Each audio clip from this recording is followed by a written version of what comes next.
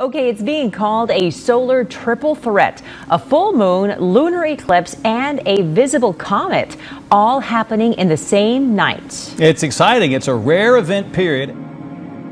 Spectacular images of a meteor streaking across the sky. Exciting stuff, a triple treat, no question about it. Typically, comets that are very far away in the solar system, we tend to see them very, very, very far away. So this comet for us is like, passing in our neighborhood. A warning about the images that we're about to show you now. Some of you might find them a bit distressing. Rescuers are trying to save a number of whales washed up on a beach in New Zealand. This is one of the largest mass whale strandings in New Zealand's history. Look at that, it's very interesting. Conservation officials aren't sure what caused the whales to strand themselves. It's unprecedented, virtually. We went out and saw one of the biggest strandings I've ever seen.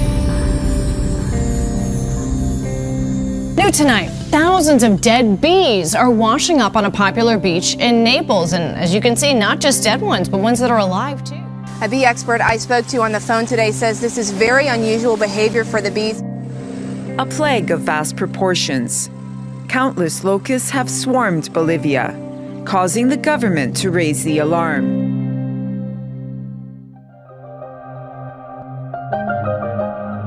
But first, we start with this historic win. For the first time, artificial intelligence developed by Carnegie Mellon University has defeated the world's best professional poker players.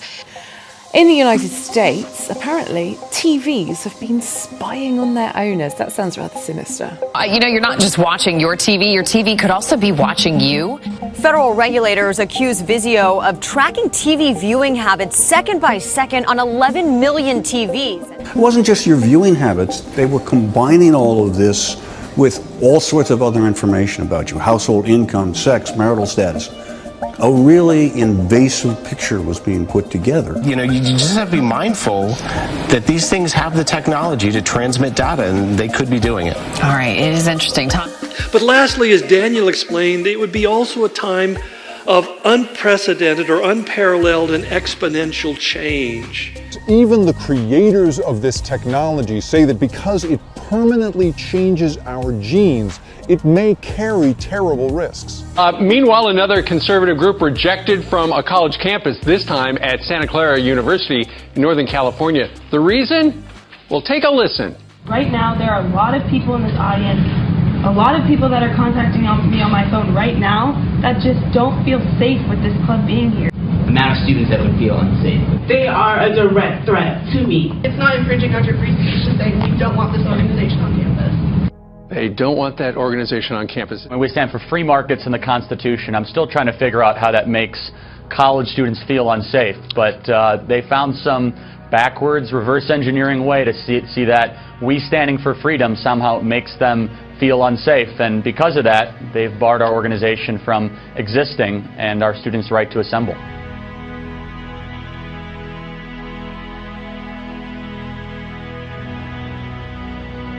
And look, a university is supposed to be a place where disagreement, the free flow of ideas happen, where people can say, I respect your opinion, but I respectfully disagree. Universities are no longer those places. They are really islands of totalitarianism, where if you disagree with the faculty, the professors, the administration, or the left-wing students on campus, you can't respectfully disagree. You will be silenced, you will be suppressed, and you will be called a racist. Tonight, the city of Buffalo is taking action now in the case of a mother who was arrested for trying to homeschool her own children. This is utterly unacceptable. She filed the proper paperwork to homeschool her 2 children, but less than a month later, she says she was arrested for educational neglect. Harris says she hasn't seen her children in 3 weeks. But it wasn't just the students. There were members of the staff from that university who came out and talked against you. The left hates the idea that there are other ideas, and they're trying to really silence anybody on campus that might disagree with their leftist worldview. This is a very dangerous precedent to be set. Doctors across the UK have been told not to call pregnant women expectant mothers in case they offend transsexual people.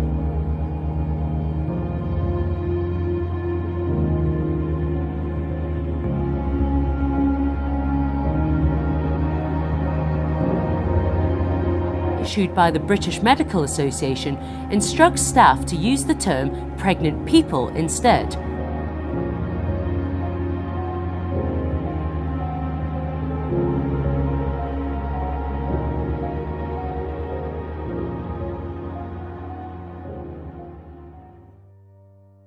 A recent BBC documentary highlighted the dangers of endorsing the view that people can be trapped in the wrong body.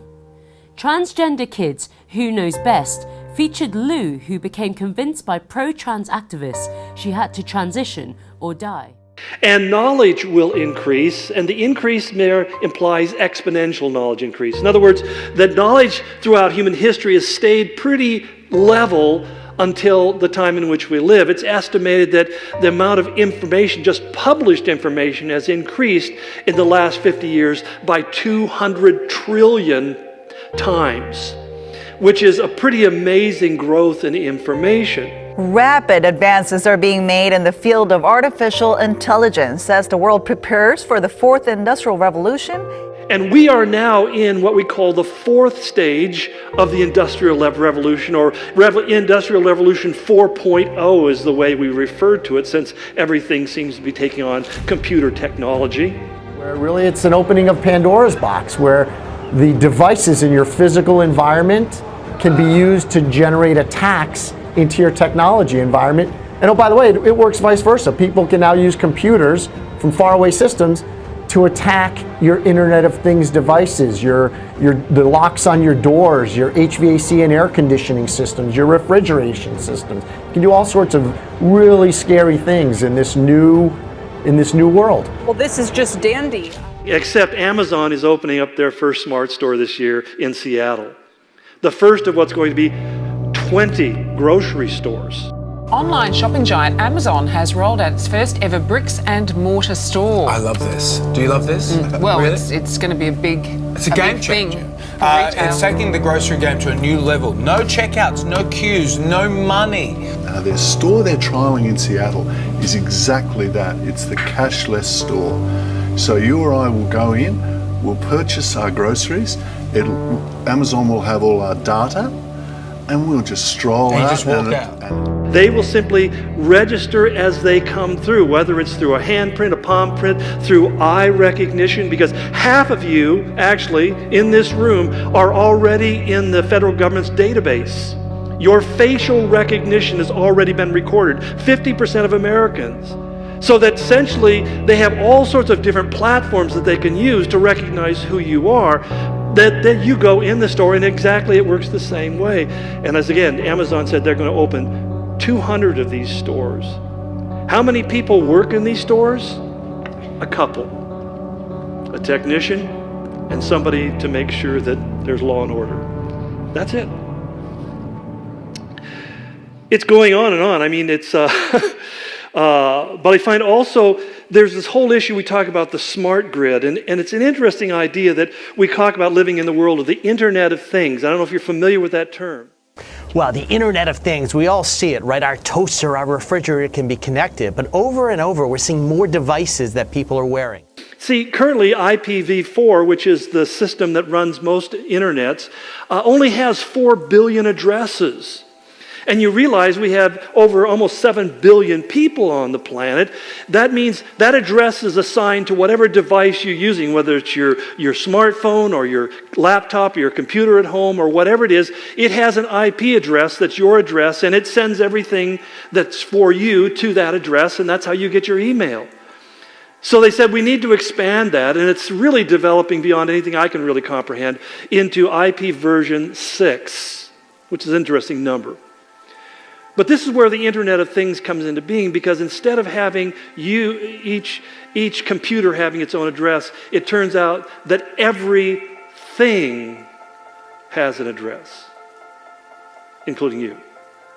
In other words, when you go and sit down at a computer in a hotel in some place, all you have to do is simply put your hand on the scanner, or your thumb on the scanner, and immediately it downloads all of your information. That computer now becomes your computer.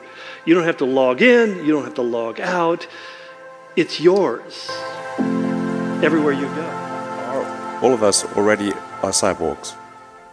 So you have a machine extension of yourself in the form of your phone and your computer and all your applications. You are already superhuman. But by far, you have more power, more capability than the President of the United States had 30 years ago. If you have an internet link, you have an oracle of wisdom. You can communicate to millions of people. You can communicate to the rest of Earth instantly. But you realize that smartphones are really smart. They're smarter than you are. So that even our accessing of information has changed. I mean, these are magical powers that didn't exist not that long ago. So everyone is already superhuman and a cyborg. Even like people like Google are using it to sort your information. It's a little bit creepy, isn't it? I mean, I was looking for a hotel in Amsterdam, and I just clicked on and said, send me price updates on this one particular good deal. And every so often it just pops up. But that's even worse. I was looking for a piece of computer, basically a USB charger, and now I get, wherever I look, I get pop-ups on the side of my page showing me somebody's USB charger that I didn't even ask to look at, but it's interesting. So that it knows me, it's learning me, it has remembered everything that I do, and it's searching out and continually communicating with me. And that's happening to all of us. It's pretty frightening if you get a chance sometime to get a look at what they know about you. We're already moving towards a cashless society. In the future, you may be getting rid of more than just your wallet. One day, you may not even need your phone. New cashless technologies on the horizon will let you make payments with just your fingerprint. International Business Times has said basically, our children born today will be the first cashless generation. The Guardian says in Sweden today, only 2% of transactions are made by cash, and they expect that to go to 0.5% by the end of this year. Because money is no longer money, now it's digits. Which is what makes John's prophecy, I think, so very profound in its details, because he describes an economic system that is only possible today. And they've begun to develop what they call tech tattoos. In the not-so-distant future, you could be wearing all of your personal information, everything from your credit card numbers to your vital signs. It's called the tech tattoo. It also can be used in banking, saying that keeping financial information attached to your skin would be less vulnerable than inside a loose wallet. It's a platform that basically turns you into a human circuit board, he said. This isn't science fiction. I mean, this is already technology that's in place. He said the supranational sovereignty. In other words, this is a sovereignty, a governorship, a rulership of the world that's above nations. Sovereignty that's ruled by an intellectual elite and world bankers. Okay, that's the picture. Well, I think that over the last many years, people have talked about how technology is going to replace people. It's actually happening now. And I don't think that many companies, and I don't think the public is really set up for this. That artificial intelligence and robotics will lead to the elimination. The estimate is it's going to lead to the elimination in the next 20 years, or let's say by 2030, which is less than 20 years. Get this, it's going to lead to the elimination of 2 billion jobs. Half the world's total jobs.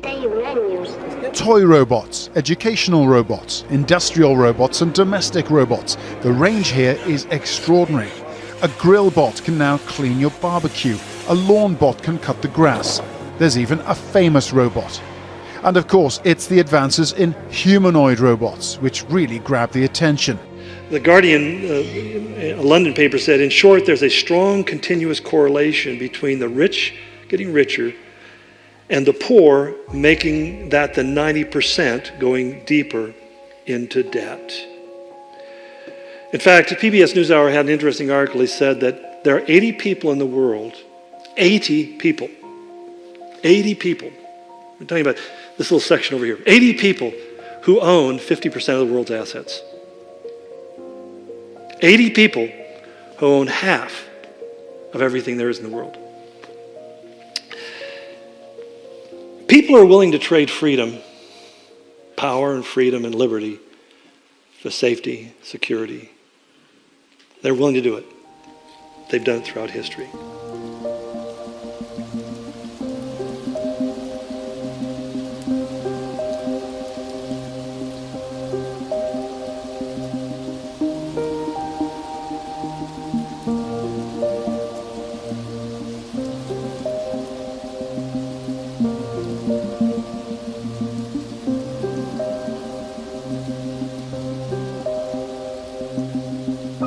Money's not evil, it's what people do with it. It's a love of money that becomes the evil. The technology is not evil, it's what people do with the technology that becomes evil. And what I'm saying is the Antichrist is going to usurp this technology to create this system whereby he can control the universe. And so for those of you who just are doing online banking, don't panic, you're not worshiping the Antichrist. But understand it's a sign of what's coming, and there will become a day where people will be given that choice. I go back to what Peter said.